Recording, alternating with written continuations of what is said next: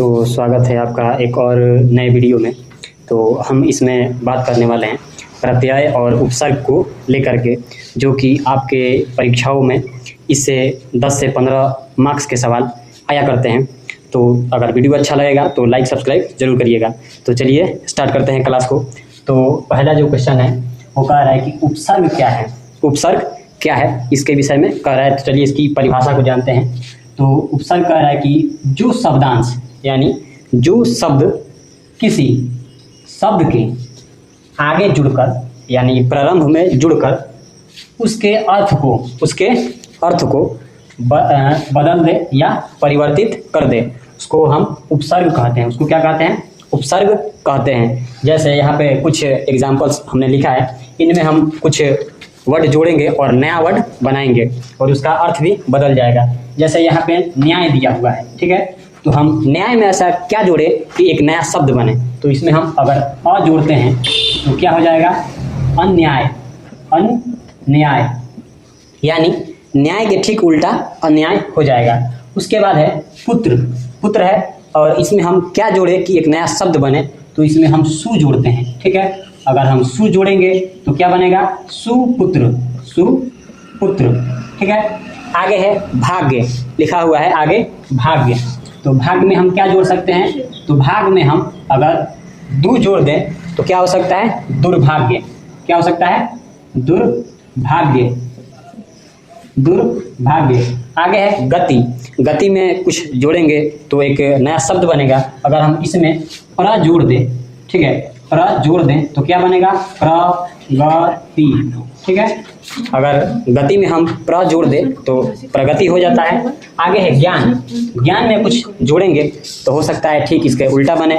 तो इसमें हम अगर अ जोड़ दें तो क्या हो जाएगा? ये अज्ञान हो जाएगा। अज्ञान हो जाएगा। तो ये रहा आज का कुछ इसका एग्जाम्पल। आगे आपको बताना है कि नया शब्द हम दे रहे हैं उसमें क्या जोड़े कि नया अर्थ बने। तो इसमें अगर आपको ये कमेंट करना है कि युग में क्या जोड़ के हम कुछ नया शब्द बना सकते हैं। ब्राह्मण, क्या है? ब्राह्मण। ब्राह्मण, ब्राह्मण में कुछ जोड़ेंगे तो नया शब्द बनेगा। उसके बाद है शुल्क। क्या है? शुल्क में भी अगर कुछ जोड़ेंगे तो एक नया शब्द बनेगा। तो इन तीनों को आपको बताना है, ठीक है। दूसरा जो टॉपिक है वो है प्रत्यय। तो प्रत्यय क्या है, यह कहाँ लगता है और कैसे अर्थ को बदलता है, ये हम आपको बताने वाले हैं।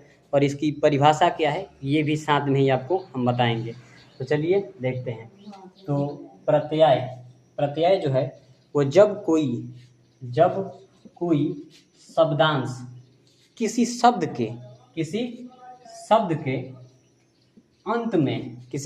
के अंत में जुड़कर उसके अर्थ को बदल दे।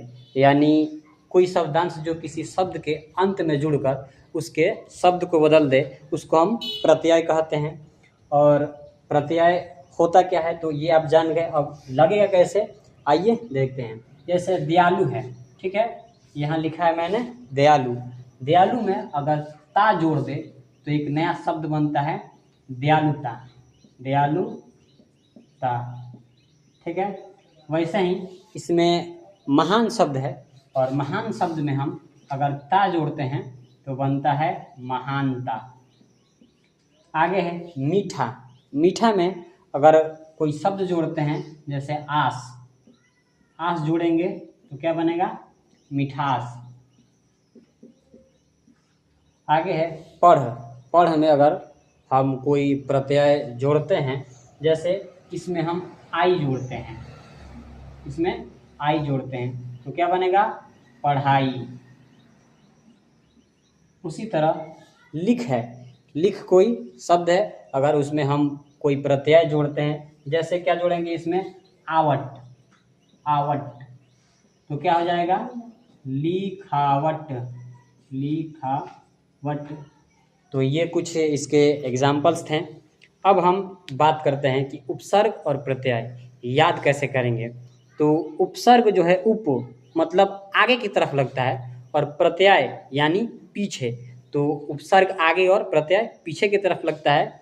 और इसमें एग्जाम्पल ये भी हो सकता है, या फिर अगर इसमें भेद किया जाए तो ये हो सकता है कि उपसर्ग वैसा शब्द है जो किसी शब्द के आगे लगता है, और प्रत्यय वैसा शब्द है जो किसी शब्द के पीछे लगता है। उपसर्ग किसी शब्द के आगे लगकर उसके अर्थ को बदलता है, और प्रत्यय भी किसी शब्द के पीछे लगकर उसके शब्द को बदलता है। और प्रत्यय हमेशा क्या होता है, फीलिंग बताता है। प्रत्यय हमेशा फीलिंग बताता है। जैसे क्या है, दयालु, दयालु है कोई और उसमें ता जोड़ दिए तो ये दयालुता है, यानी दयालुता एक भाव है, ठीक है। उसी तरह इसमें महानता है, महानता है, जैसे गांधी जी महान थे और उनमें अगर हम ता जोड़ दिए तो उनमें एक महानता की भावना थी, ठीक है। उसी तरह है मीठा, यानी मीठा एक स्वाद है और उसमें आस जोड़ दिए तो मिठास हो गया।